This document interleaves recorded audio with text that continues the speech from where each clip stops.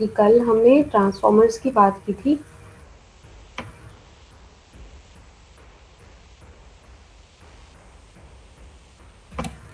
FOC कौन पढ़ाता है? सोनिया मैम।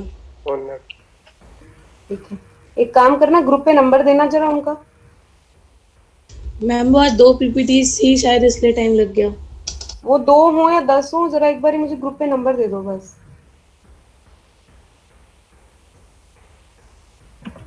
इस ग्रुप पे ना नंबर फॉरवर्ड कर देना। ठीक है, तो मैं आपसे बात कर रही थी ट्रांसफॉर्मर की, और मैं हल्का सा एक आइडिया दूंगी उसकी कंस्ट्रक्शन का आइडिया ये था कि आपके पास था एक कोर जो आपका मैग्नेटिक सर्किट का काम कर रहा था। ये वो कोर था जिसके थ्रू फ्लक्स घूमेगा। ये कोर है मैग्नेटिक सर्किट। और सवाल ये है कि कोर को हमने क्या रखा था? मैग्नेटिक सर्किट अगर कोर है तो मैग्नेटिक सर्किट तो ऐसा होना चाहिए कि हाई परमेबिलिटी होनी चाहिए और लो रिलक्टेंस। कोशिश करो इस क्लास को रिकॉर्ड कर लो। Record this. Is somebody recording this? ठीक है, थैंक यस यू। मैम। ठीक है, तो ये जो कोर है ये मैग्नेटिक सर्किट है, इसकी हाई परमेबिलिटी और लो रिलक्टेंस होनी चाहिए। ठीक है ओके। तो ये करने के लिए क्या करना पड़ेगा? हाई परमेबिलिटी के लिए कोर को सिलिकॉन स्टील या सॉफ्ट आयरन से बनाना पड़ेगा, और लो रिलक्टेंस रखने के लिए हमें स्पेशल ये चीज ध्यान रखनी पड़ती है कि कोर को सॉलिड ना रखें, कोर की स्लाइसिस करके हम उन स्लाइसिस को जोड़े, लैमिनेटेड कोर रखे। ठीक है, ये बात याद है ना? उसके अलावा हमने प्राइमरी और सेकेंडरी वाइंडिंग्स दोनों डाल दी थी, एक कोर की लेफ्ट साइड पे, कोर की राइट साइड पे। और ध्यान रखा बहुत कि प्राइमरी और सेकेंडरी वाइंडिंग एक दूसरे से कनेक्टेड ना हो, यानी primary and secondary winding are electrically isolated but they are magnetically linked. Magnetically linked मतलब कॉमन फ्लक्स है जो प्राइमरी सेकेंडरी वाइंडिंग दोनों को लिंक करता है, ऐसा कॉमन फ्लक्स है। ठीक है, अच्छा। अब आगे आगे का ध्यान ये देना है कि ऑपरेटिंग प्रिंसिपल हमारा जो है वो ये है कि प्राइमरी वाइंडिंग से सेकेंडरी वाइंडिंग तक एनर्जी ट्रांसफर हो रही है। Energy, electrical energy is being transferred from primary to secondary winding. ठीक, और ये कैसे ट्रांसफर हो रही है? Through electromagnetic induction. तीसरी चीज, इस इलेक्ट्रिकल एनर्जी की ट्रांसफर होते हुए क्या चीज चेंज नहीं हो रही? क्या चीज चेंज नहीं हो रही? फ्रीक्वेंसी। फ्रीक्वेंसी चेंज नहीं हो रही। ठीक है, ये बड़े ध्यान देने की बात है। ये हो गया ऑपरेटिंग प्रिंसिपल। अब आप ऑपरेशन सुनिए। सबसे पहले तो ध्यान रखना है कि transformer is an AC device. ठीक, transformer is an AC device. अब ट्रांसफार्मर एसी डिवाइस है तो ट्रांसफार्मर में जो सप्लाई वोल्टेज वी मैं दे रही हूँ यहाँ पर, सप्लाई वोल्टेज वी के एसी नेचर की है। जब आपने supply voltage V primary winding पे दी, जो सप्लाई करंट आएगा वो भी एसी नेचर का आएगा। जब एसी नेचर का सप्लाई करंट प्राइमरी के टर्न्स N1 से लिंक हुआ, जब एसी नेचर का सप्लाई करंट प्राइमरी के टर्न्स N1 से लिंक हुआ तो उसने एक ऑल्टरनेटिंग फ्लक्स फाई बनाया। यानी बेसिकली सप्लाई वोल्टेज भी ऑल्टरनेटिंग, सप्लाई करंट भी ऑल्टरनेटिंग, और उससे बना हुआ फ्लक्स भी alternating in nature. Alternating in nature मतलब समय के साथ अपने आप को बार बार चेंज कर रहा है, राइट? अब ये ऑल्टरनेटिंग फ्लक्स अपने घर बना तो प्राइमरी में था, लेकिन अपने घर से निकल पड़ा और सेकेंडरी पर पहुंचा। जैसे ही सेकेंडरी पर पहुंचा, इसने क्या किया? सेकेंडरी के टर्न्स N2 के साथ ये लिंक हुआ। सेकेंडरी के टर्न्स N2 के साथ ये लिंक हुआ तो इसने बना दिया सेकेंडरी में secondary induced EMF E2। 2 stands for secondary. Secondary induced EMF कैसे बना दिया? ऐसे बना दिया, E2 is N2 d phi by dt। क्योंकि आपका फ्लक्स ऑल्टरनेटिंग था इसीलिए d phi by dt exist करता है, यानी कि basically alternating flux means flux is changing its value continuously with respect to time. तो ये फ्लक्स बना, ये ईएमएफ इंड्यूस हुआ E two d phi by d t की वजह से, जब ऑल्टरनेटिंग फ्लक्स जो है वो N2 के टर्न्स के साथ लिंक हो गया। यहाँ तक कोई दिक्कत किसी को? No ma'am. ओके। अब क्योंकि ये E2 बना, क्योंकि ये लोड तो यहाँ लगा नहीं है फिलहाल, ओपन सर्किट कर रखा है हमने, कोई लोड नहीं लगा रखा सेकेंडरी का, इसीलिए load voltage V2 will be equal to E2। भाई लोड यहाँ लगा नहीं रखा, ओपन सर्किट कर रखा है, लेकिन उस खाली जगह पर जहाँ लोड लगना था वहां लोड की वोल्टेज आ रही है V2, और E2 और V2 साफ दिखाई दे रहे हैं पैरेलल में आते हुए, इसीलिए E2 will be equal to V2 साफ दिखाई दे रहा है यहाँ पर। अच्छा, ये फ्लक्स अभी रुका नहीं, ये फ्लक्स अभी रुका नहीं, ये वापस सेकेंडरी में गया, सेकेंडरी से प्राइमरी में गया, ये वापस प्राइमरी में गया जहां पैदा हुआ था ये, तो वापस प्राइमरी में गया, तो इसने क्या किया, अपने ही प्राइमरी के लिंक टर्न्स के साथ ये लिंक हो गया, अपने ही प्राइमरी के टर्न्स N1 जहां ये बना था उन्हीं के साथ लिंक हुआ और सेल्फ इंडक्शन कर दी। सेल्फ इंडक्शन की वजह से अब जो ईएमएफ इंड्यूस हुआ वो अपोजिंग नेचर का इंड्यूस हुआ। अब जो ईएमएफ इंड्यूस हुआ वो हुआ E1। ये देखिए मैंने आपको थोड़ा मैग्नीफाई करके बता दिया। अब जो ईएमएफ इंड्यूस हुआ वो हुआ E1, और ध्यान से देखो E1 अपोजिंग नेचर का है, दिखाई दे रहा है negative sign, E1 is of opposing nature. और कैसे बनता है E1? N1 d phi by d t, यानी वेरिइंग फ्लक्स, एसी फ्लक्स क्या कर रहा है, अपने ही टर्न्स के साथ लिंक हो रहा है, जहां वो बना था प्राइमरी में उसी के टर्न्स के साथ लिंक हुआ, तो सेल्फ इंडक्शन कर दी। तो अब जो ईएमएफ इंड्यूस्ड होगा, सेल्फ इंड्यूस्ड ईएमएफ जो होगा, प्राइमरी सेल्फ इंड्यूस्ड ईएमएफ होगा, वो किस नेचर का होगा, अपोजिंग नेचर का होगा। यानी V1 अगर प्लस माइनस है, V1 की V की पोलैरिटी देखिए प्लस माइनस है अगर, तो आपका जो E1 है उसकी पोलैरिटी देखिए माइनस प्लस। समझ में आ रहा है? E1 इज अपोजिंग नेचर का है। ठीक, अब आप फटाफट क्या कीजिए, टर्मिनोलॉजी लिखिए। टर्मिनोलॉजी,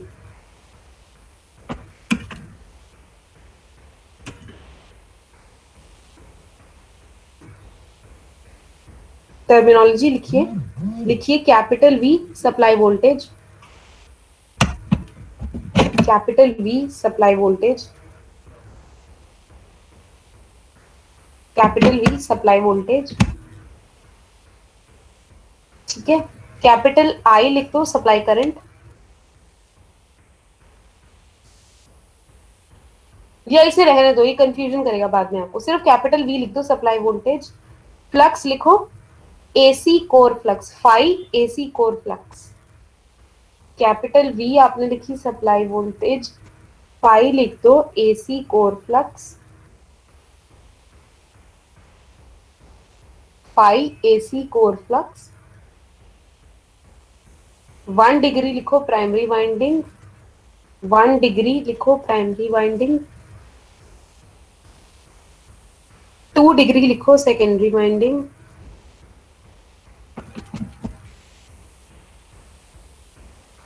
2 डिग्री लिखो secondary winding, 1 degree primary winding, 2 degree secondary winding, N1 primary turns, N2 secondary turns, N1 primary turns, N2 secondary turns, 1 degree primary winding, 2 degree secondary winding, N1 primary turns, N2 secondary turns. E2 लिखो, E2 लिखो, E2 capital E2 secondary induced EMF, E2 लिखिए secondary induced EMF.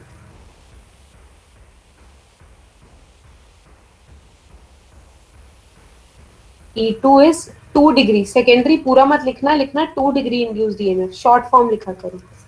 E2 is 2 degree induced EMF.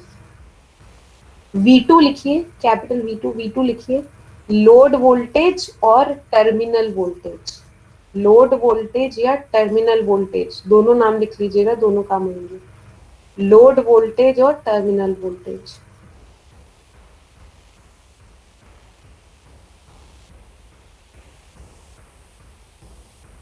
Load voltage और terminal voltage ये है capital V2। Capital E1 लिखिएगा, 1 degree induced voltage, 1 degree induced EMF, 1 degree induced EMF, bracket में लिख दो back EMF, 1 degree induced EMF, bracket में लिख दो बैक EMF।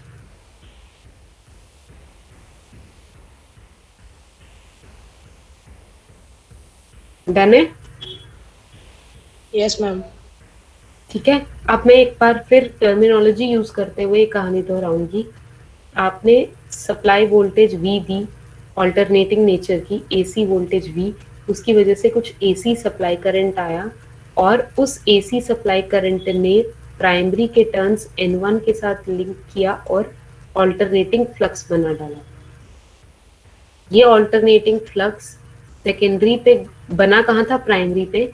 चल के सेकेंडरी पे गया, तो उसने क्या किया? सेकेंडरी के टर्न्स N2 के साथ लिंक हुआ। N2 के साथ लिंक हुआ तो उसने क्या किया? एक सेकेंडरी इंड्यूस्ड EMF E2 बना दिया। ठीक, ध्यान दें E2 की पोलैरिटी का प्लस माइनस।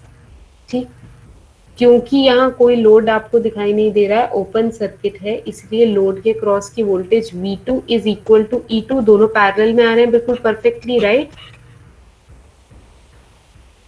अब ये फ्लक्स यहाँ रुका नहीं सेकेंडरी पर, वो वापस अपने प्राइमरी पे चला गया और वापस अपने टर्न्स के साथ लिंक हो गया और सेल्फ इंडक्शन कर दी।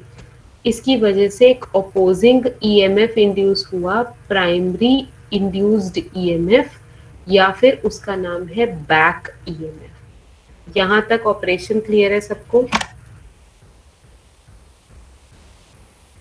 Yes ma'am. ठीक है, अच्छा, ये तो हो गया हमारा 6th point of basic operation, right? 6 point यही था ना। 7th पॉइंट था कि why transformer is not used on DC। इसके दो कारण हैं, ठीक है?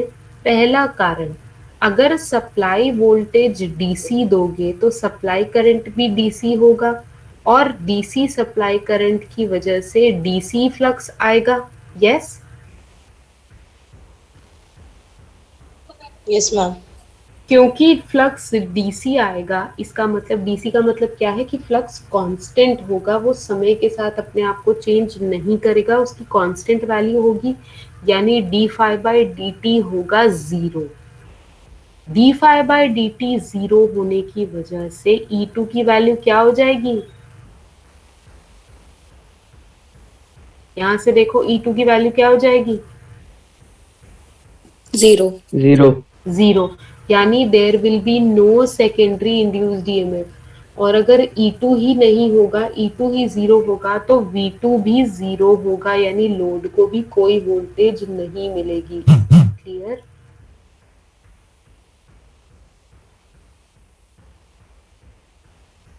एक बार ये लाइंस पढ़ लीजिए मेरे लिए, ये पहली, यहां से लेकर यहां तक।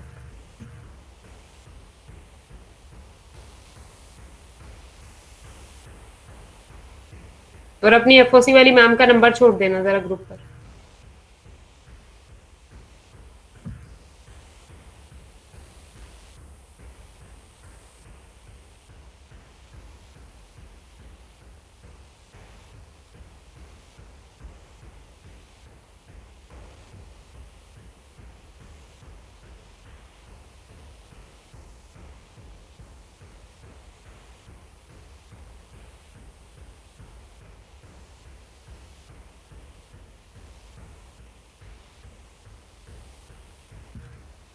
पढ़ लिया?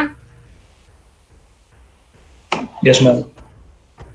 समझ आ गया कि DC अगर वोल्टेज होगी, DC करंट होगा और DC ही फ्लक्स होगा तो d∅dt 0 होगा, जिसकी वजह से इंड्यूस्ड EMF भी 0 होगा। Is that fine? yes ma'am ठीक है। अच्छा, अब दूसरा रीजन सुनिए। अगर फ्लक्स डीसी होगा तो आपका d phi by d t zero होगा, तो E1 भी क्या होगा? Zero. Zero. Zero. Back EMF zero होने की वजह से और प्रॉब्लम बढ़ जाएगी। क्या चीज? बैक ईएमएफ के जीरो होने की वजह से प्राइमरी के पास टोटल वोल्टेज बढ़ जाएगी। कैसे? अगर बैक ईएमएफ ना होता तो प्राइमरी को टोटल वोल्टेज कितनी मिल रही थी? प्राइमरी वाइंडिंग को कैपिटल वी। अगर बैक ईएमएफ ना होता तो प्राइमरी वाइंडिंग को टोटल वोल्टेज मिल रही थी कैपिटल वी। ठीक। बैक ईएमएफ के आने से अब कैपिटल वी को अपोजिशन मिल रहा है। Yes. Yes ma'am. Yes ma'am. ठीक है। Back EMF total voltage V को अपोज कर रहा है, जिसकी वजह से प्राइमरी वाइंडिंग की नेट वोल्टेज कम हो गई है। बैक ईएमएफ ना होता तो प्राइमरी वाइंडिंग को पूरी वोल्टेज वी मिल रही थी।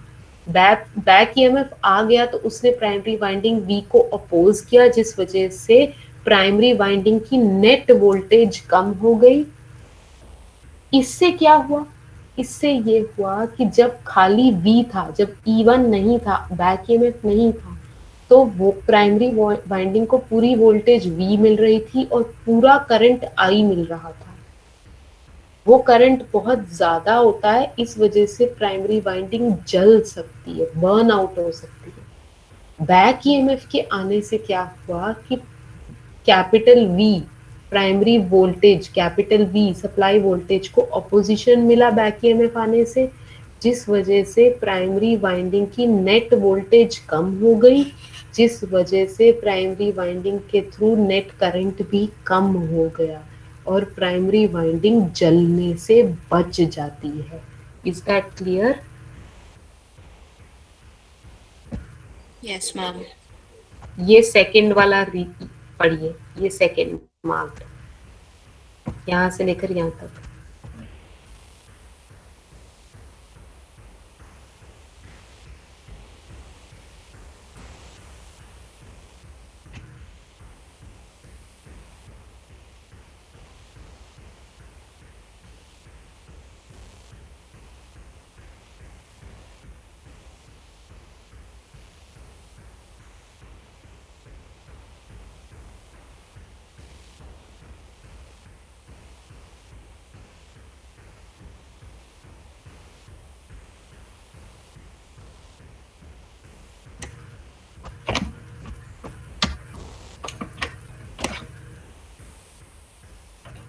पढ़ लिया?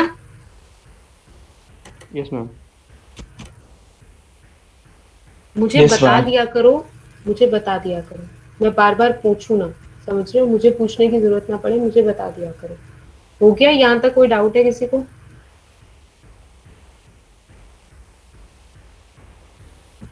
फाइन। ये हो गया आपका स्टेप 7 खत्म हो गया, जहां ये 3 से 4 नंबर का क्वेश्चन कभी कभी आ जाता है, why transformer is not used on DC. तो आपको 2 रीजन पता चल गए ट्रांसफार्मर डीसी पे क्यों यूज नहीं होता।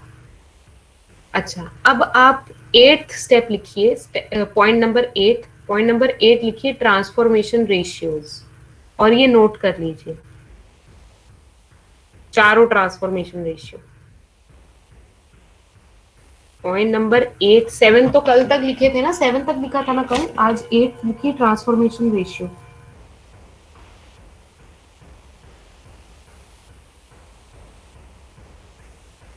एट लिखिए ट्रांसफॉर्मेशन रेशियो, और ये सारे नोट कर लीजिए, V2/V1, E2/E1, N2/N1, I1/I2। सिर्फ I उल्टा होता है। V2 क्या लिखी है आपने? V2 को क्या लिखा है? Load voltage. Load voltage. तो V1 क्या है फिर?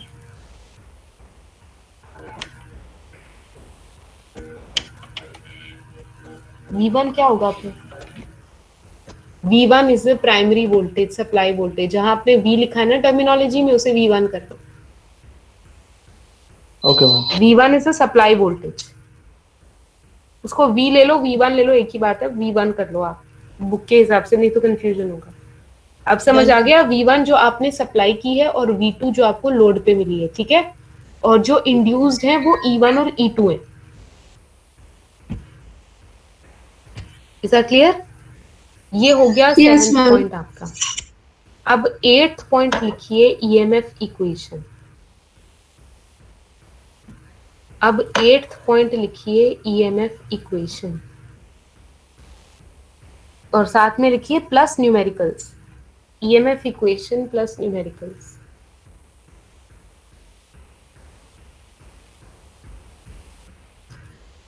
एट्थ पॉइंट लिखिए EMF इक्वेशन प्लस न्यूमेरिकल्स।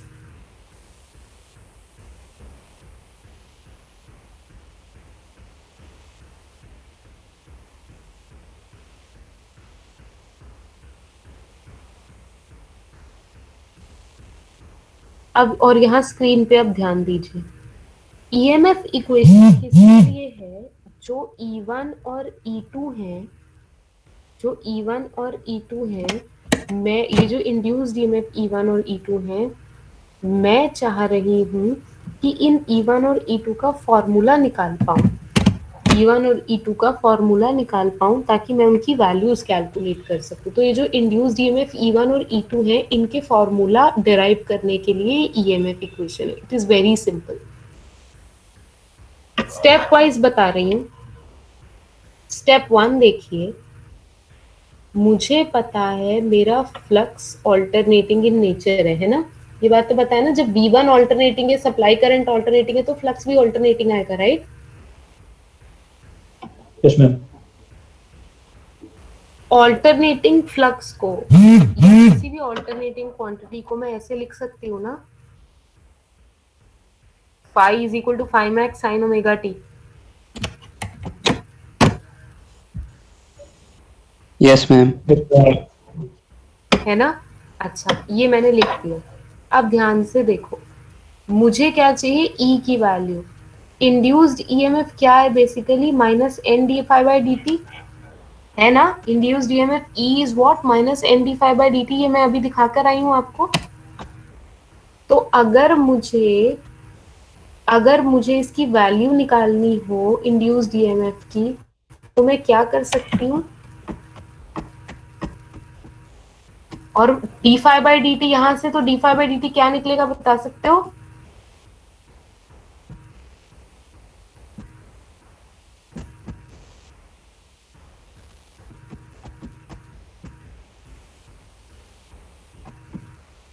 ठीक आ रहे हैं? Yes, ma'am. Yes ma'am. Yes ma'am. ठीक किया मैंने। क्या कॉस ओमेगा टी को मैं ऐसे लिख सकती हूँ, sine pi by to omega minus pi by to लिख सकती हूँ कॉस को? Yes, ma'am. Yes ma'am. ठीक है, ये रहा मेरा ये। तो मैंने इसको लिख दिया, मेरे पास EMF आ गया, E is equal to minus n omega pi max sine omega t minus pi by two. यहाँ तक क्लियर है?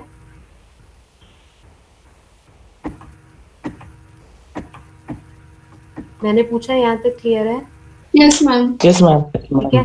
थर्ड स्टेप में मैंने क्या किया? थर्ड स्टेप में यार मैंने इसको ना ऐसे लिख दिया, ध्यान से देखना और मुझे बताना मैंने क्या किया है।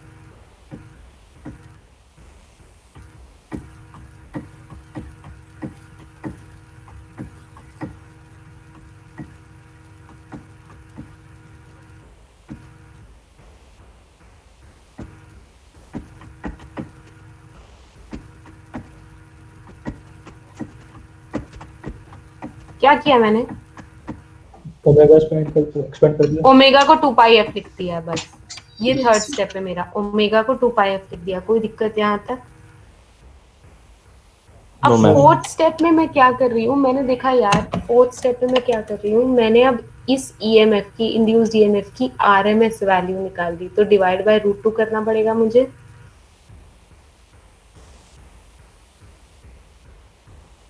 क्यों? RMS वैल्यू निकालने के लिए मैक्स बाय रूट 2 करना पड़ेगा ना? Yes ma'am. ठीक है। E मैक्स क्या है? ये पूरी चीज E मैक्स है, right? Yes ma'am. Yes ma'am. यही तो आ रहा है ना, E max sine omega t minus theta, यही आ रहा है ना? तो ये पूरी चीज E मैक्स है ना? Yes ma'am. है ना? तो मैंने इसको डिवाइड बाय √2 किया, मेरे पास ये आ गया। देखो ठीक आ रहा है ये पूरी चीज।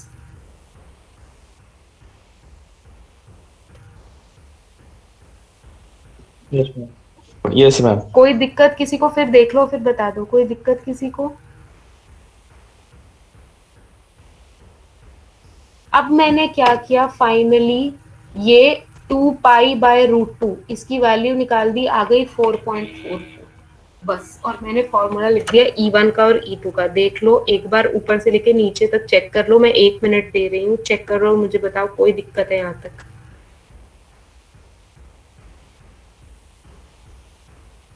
ये EMF इक्वेशन 4 नंबर की आती है।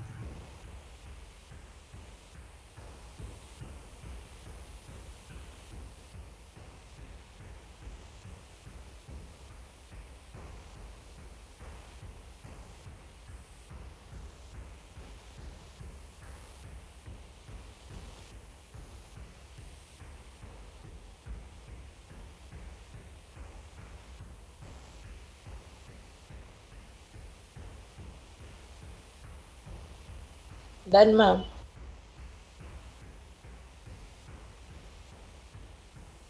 ठीक है, डन। कोई दिक्कत किसी को? No ma'am. ये हो जाएगी 4 नंबर में। अब मैं इसका नोट्स भी आपको प्रोवाइड कर दूंगी, फिलहाल के लिए सिर्फ इतना देख लीजिए, यहाँ से आपको दिक्कत नहीं होनी चाहिए। इसके अलावा एक और चीज लास्ट, कभी कभी ये 5 मैक्स की वैल्यू नहीं दी होती और आपको निकालनी होती है, तोड़ के दी होती है 5 मैक्स की वैल्यू। कैसे? बी मैक्स इंटू ए। बी मैक्स होगी मैक्सिमम फ्लक्स डेंसिटी और ए होगा एरिया ऑफ क्रॉस सेक्शन। तो इन दोनों को मल्टीप्लाई करके 5 मैक्स निकल जाएगा। थोड़ा थोड़ा दिमाग में बैठ रहा है? Yes ma'am. Yes ma'am. Yes. ठीक है, चलिए इस पे कुछ न्यूमेरिकल्स करते हैं, वहां से चीजें बहुत क्लियर हो जाएंगी।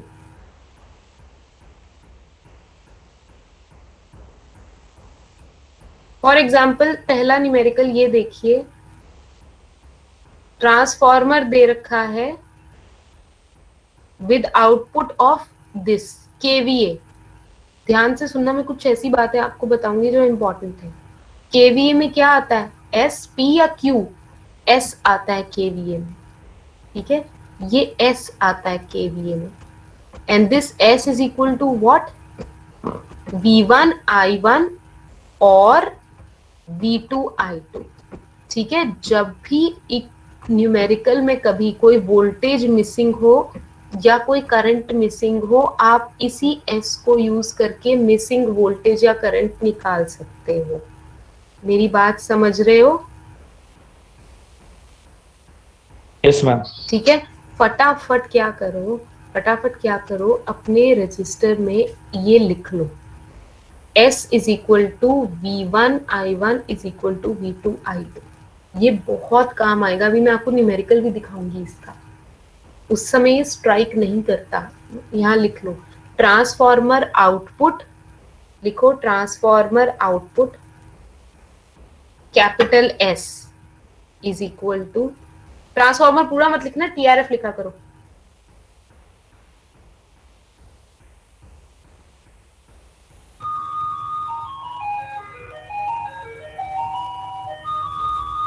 लिख लिया? TRF output capital S is equal to V1 I1 is equal to V2 I2। लिख दिया? यस मैम, लिख दिया। लिख दिया? इसका ध्यान रखना। ठीक है, अब ये क्वेश्चन पढ़ना जरा मेरे लिए। देखो, transformer with output this eight 3000 volts. Output की बात हो रही है, यानी ये 3000 वोल्ट्स क्या है? यही V2 है and has 600 turns on primary, यानी कि 600 टर्न्स क्या हो गए? N1, और 60 टर्न्स ऑन सेकेंडरी, यानी 60 क्या हो गए? N2। समझ में आ रहा है? Yes, ma'am. ठीक है, बोलता है what is the voltage on primary side, ये रहा V1। ठीक, V2 दे रखा है, N1 दे रखा है, N2 दे रखा है, V1 निकालना है। तो क्या करोगे? सीधा ट्रांसफॉर्मेशन रेशियो यूज कर लोगे। Yes, ma'am. Yes ma'am. Question समझ में आ रहा है? Yes ma'am. ठीक है, एक क्वेश्चन और देखो, ये ऊपर वाला क्वेश्चन देखो। पढ़ना इस क्वेश्चन को जरा।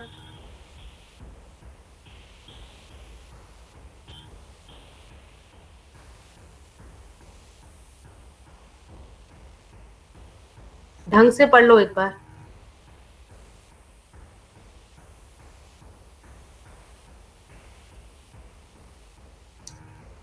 पढ़ लिया? यस मैम, पढ़ ली। ठीक है, बहुत सारा डेटा एक साथ दे रखा होता है ट्रांसफॉर्मर के क्वेश्चन में, तो हमें ध्यान रखना है कि उस डेटा को हम प्रॉपरली कॉन्फ़िगर कर लें कि कौन सा डेटा क्या है। फॉर एग्जांपल ये 250 केवी है, ये क्या चीज है? ये केवीए में क्या दे रखा है? ये कैपिटल एस दे रखा है। ठीक है, ये कैपिटल एस की खास बात क्या है? ये V1 I1 भी है और ये V2 I2 भी है। इस चीज का बड़ा ध्यान रखना है। ठीक है, मतलब कोई मिसिंग करंट वोल्टेज होगा तो यहाँ से निकल जाएगा। ठीक है, अब ये क्या दे रखा है? 11,000/415। बॉस ये क्या है? ये इसकी रेटिंग दे रखी है। ये इसकी रेटिंग दे रखी है कितनी? V1/V2। ये इसकी रेटिंग दे रखी है V1/V2, या आप ऐसे भी बोल सकते हो रेटिंग दे रखी है E1/E2। V1/V2 या E1/E2 एक ही बात है भाई। एक ही बात कैसे है? ध्यान दो ना, मैंने बताया था ना यहाँ V2 और E2 इक्वल हो रहे हैं ना।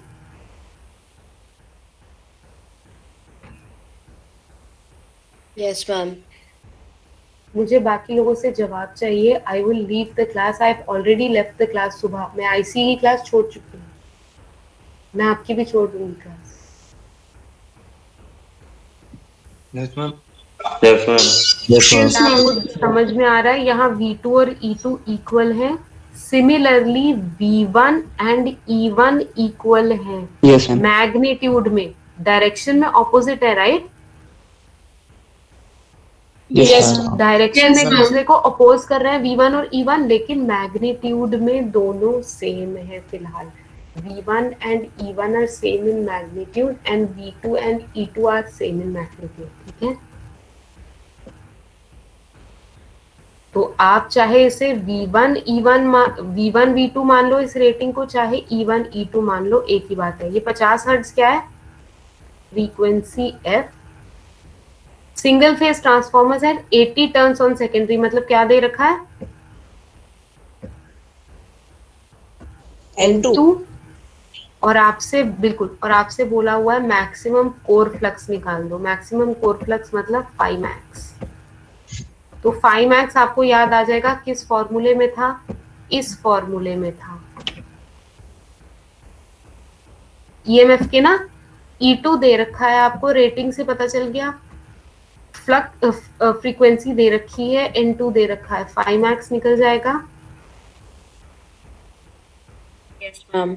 Yes ma'am. ध्यान देना, क्वेश्चन करने की प्रॉब्लम नहीं है।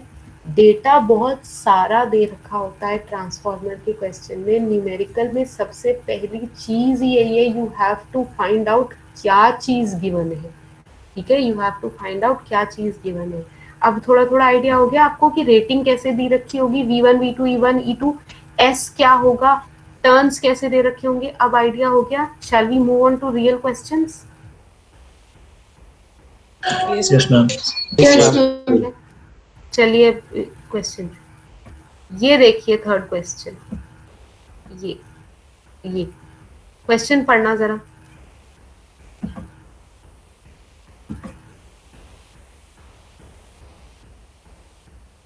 पढ़ा जा रहा है या ऊपर स्क्रॉल करूं? मैम पढ़ा जा रहा है मैम। ठीक है,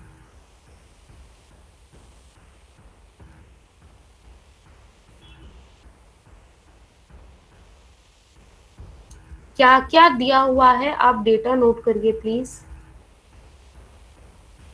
क्या क्या दे रखा है आप डेटा नोट करिए प्लीज। लिखिए अपनी नोटबुक में, डेटा लिखिए, फिर मैं डिस्कस करूंगी आपसे क्या क्या दे रखा है।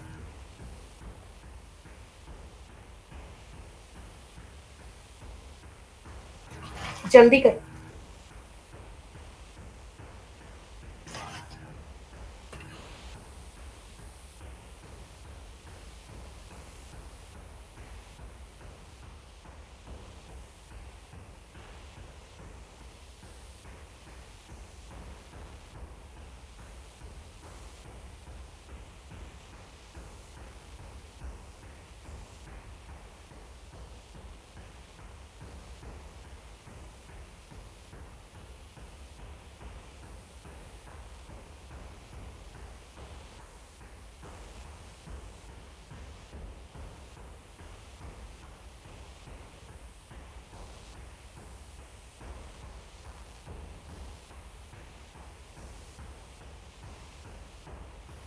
डेटा नोट कर लिया?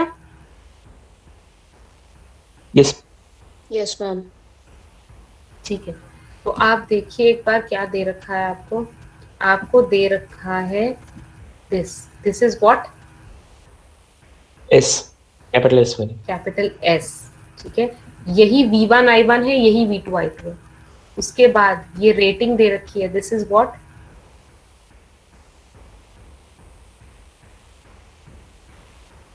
क्या रेटिंग है ये?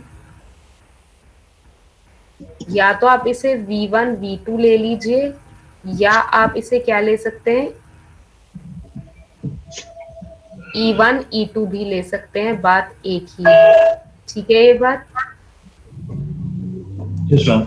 Yes, ma'am. मेरे सबको यहाँ 50 हर्ट्ज क्या दे रखी है, फ्रीक्वेंसी दे रखी है। फिर ये 10 वोल्ट क्या दे रखा है, उसने बोला है ईएमएफ पर टर्न, यानी कि बेसिकली ये दे रखा है E बाय एन, ई नहीं E बाय एन दे रखा है। यहाँ तक ठीक है? Yes, ma'am. Yes, ma'am. ठीक है। Yes, ma'am. अच्छा, अब देखते हैं आगे। निकालना क्या है, number of primary and secondary turns. Number of primary and secondary turns कैसे करोगे इसे?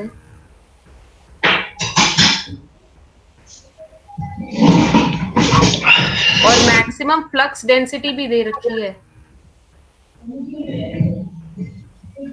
कैसे करोगे इसे? देखो इधर। मैम टर्न्स के लिए तो डायरेक्ट डिवाइड कर देंगे। हाँ नहीं, ध्यान से देखो एक बार। अपना माइक बंद करें जिसका भी ऑन है। पुष्पांकर माइक बंद करो अपना। आपको E1 दे रखा था, E1 EMF पर टर्न, राइट? E1 दे रखा था। E1 कितना दे रखा था, can you tell me? Rating दे रखी थी ना E1 2200. 2200. 2200। ठीक है, ये E1 था, E1 था। ठीक है, EMF पर टर्न कितना है? 10. 10। क्या इन दोनों को यूज करके n निकाला जा सकता है? Yes, ma'am. यस कितना मैम। आ रहा है n, बता सकते हो कितना आ रहा है n? N1 कितना आ रहा है? 220. 220. 220। बहुत बढ़िया। क्या इसी तरह से आप N2 भी निकाल सकते हो? E2 क्या दे रखा है? 220. 220. 220। और E बाय N क्या दे रखा है? E 10. 22। Answer 22. N2 क्या आ गया? 22। 22. चेक करें।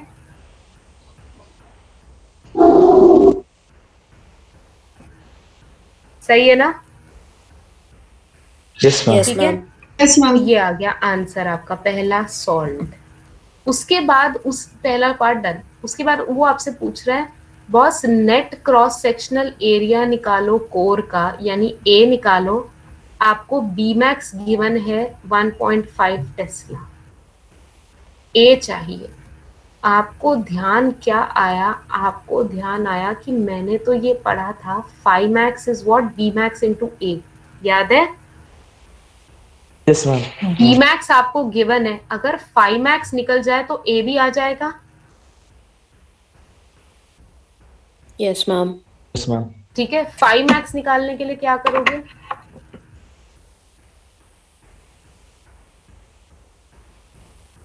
ईएमएफ इक्वेशन ना, E1 है EMF तुम्हारे equation. पास, Yes, ma'am.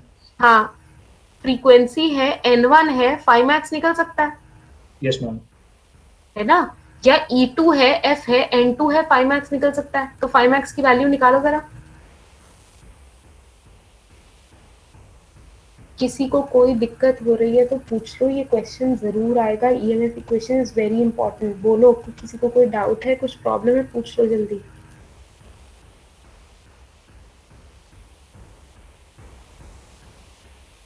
नहीं है तो फटाफट बता दीजिए 5 मैक्स कितना आ रहा है।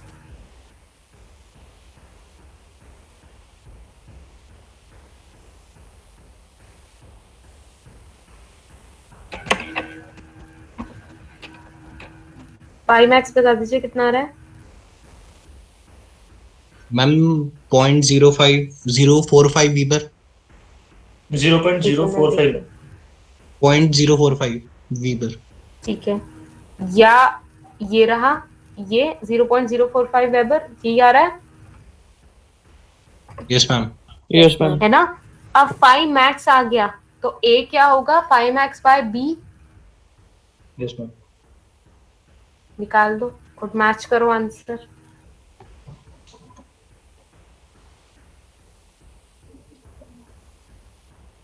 हाँ मैम यही है सेम। 0.03. Yes, ma'am. यही आ रहा है ना।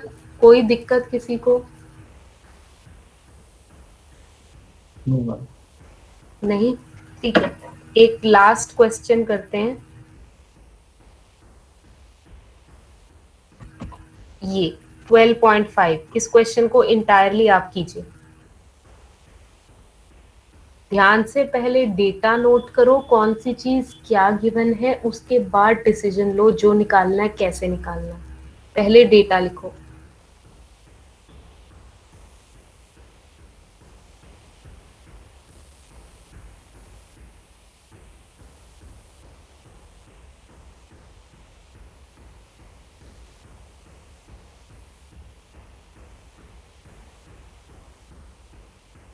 जैसे ही डेटा लिख लिया मुझे बताना, मैं एक बार डेटा डिस्कस कर लूं, फिर आप कैलकुलेशन कर लीजिए।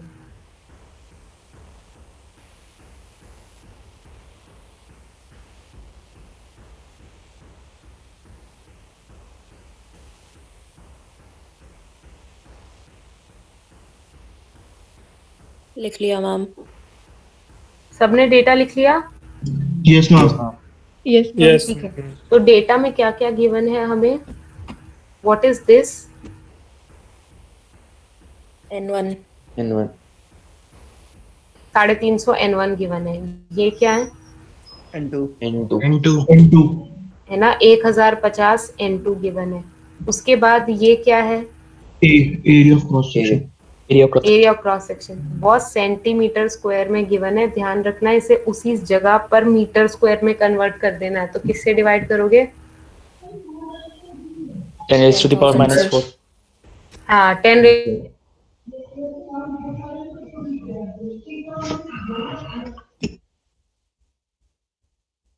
अरे डिवाइड बाय 100 इंटू 100 होगा ना, Yes, ma'am.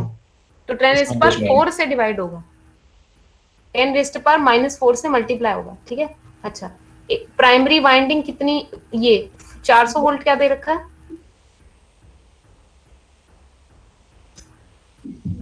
क्या है ये? V1 हाँ, या तो इसे V1 भी ले सकते हो, या इसका मैग्नीट्यूड किसके इक्वल है? E1 के. E1 के, मैग्नीट्यूड E1 के इक्वल भी है, राइट। डायरेक्शन अपोजिंग है लेकिन मैग्नीट्यूड तो इक्वल है ना दोनों के। Yes ma'am. Yes, ma'am. ठीक है, ये 50 हर्ट्ज, ये क्या है? फ्रीक्वेंसी। Frequency. ये फ्रीक्वेंसी दे रखी है। निकालना क्या है अब? मैक्सिमम फ्लक्स डेंसिटी यानी BM निकालना है, और voltage induced in secondary winding यानी E2 निकालना है। निकाल डालो। आपके पास E1 है, N1 है, F है, निकाल दो। 1.00514. क्या Flux, maximum flux. क्या क्या? अच्छा, flux 5 max, I know. 5 max निकलेगा। Yes, ma'am.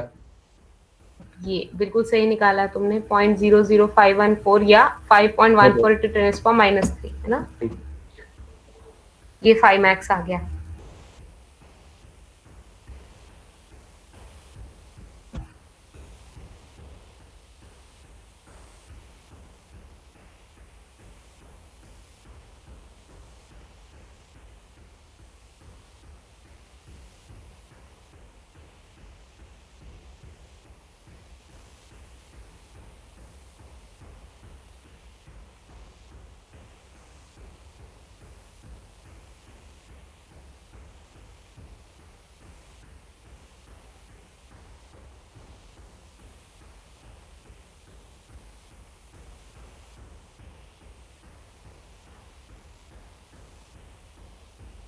Ma'am flux density 0.94। B max 0.936 आ रहा, 0.94 टेस्ला, बिल्कुल ठीक है। Yes ma'am, 9.2।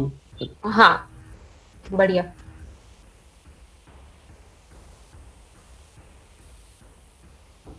मैम मेरा वोल्टेज इंड्यूस्ड 1198.134 आ रहा है। 1198 गलत है। 1198 तो 1198 ठीक है, 1198 एक्सेप्टेबल है, ठीक है ठीक है ठीक है। Approximation ma'am. हाँ हाँ बिल्कुल ठीक है, बिल्कुल ठीक है, इतना चल जाता है। ओके।